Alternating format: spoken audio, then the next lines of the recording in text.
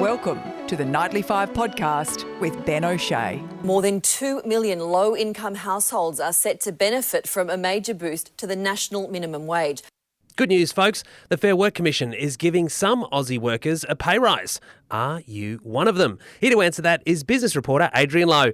Okay, Adrian, put us out of our misery. Who's getting a pay bump and how much of a pay bump is it going to be? So, Ben, we're talking about 2.6 million Australians. Ooh. So it's a significant cohort of the workforce.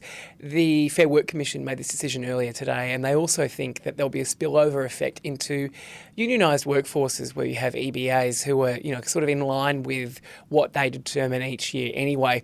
What is interesting is the Fair Work Commission is saying the number of people actually on the minimum wage is quite small comparative to the number of people who are affected by this decision, because it also affects what we call modern award wages, which are simply, for those people in sectors like retail and childcare and those sorts of lower paid industries where the Fair Work Commission makes this decision every year.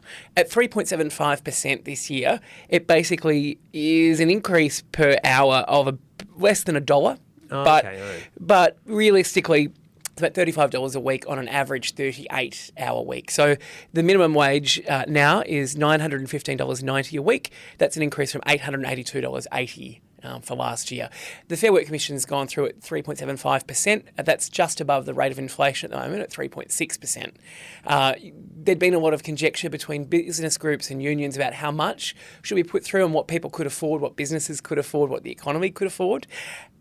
To my mind, reading through all of the noise that's come through today, it seems like the Commission's sort of gone right down the middle. And some people are happy, but not as happy as they would like to be. Businesses are not happy, but not as unhappy as they would be. And economists are pretty ambivalent. So it seems like maybe they've got it right. Yeah, I reckon they've probably gone through and got it right. If you've made no one really happy and no one really angry, you're probably in the right zone. So I'm guessing the union wanted more, businesses wanted less. So what are businesses saying about this 3.75%? So essentially they're saying that the 3.75% comes also with the extra half percentage point for superannuation that's coming through. So realistically, this is a 4.25% increase for workers. Obviously, that's not quite the case from the Fair Work Commission, but in effect, that's what they're arguing. And they're saying that a lot of small businesses are really feeling the pinch at the moment. Businesses are facing, particularly retailers and those sorts of groups, facing a cost of doing business pressure crunch at the moment. And so they're saying that essentially this will mean that they could be looking at higher prices in some industries. Some small businesses could be looking at higher costs as well. And that might bring into question whether they can continue to go on as they are. Now, the Fair Work Commission had to weigh up all of these factors from the business groups, things like the expectations for the unemployment rate going forward, expectations for wages going forward.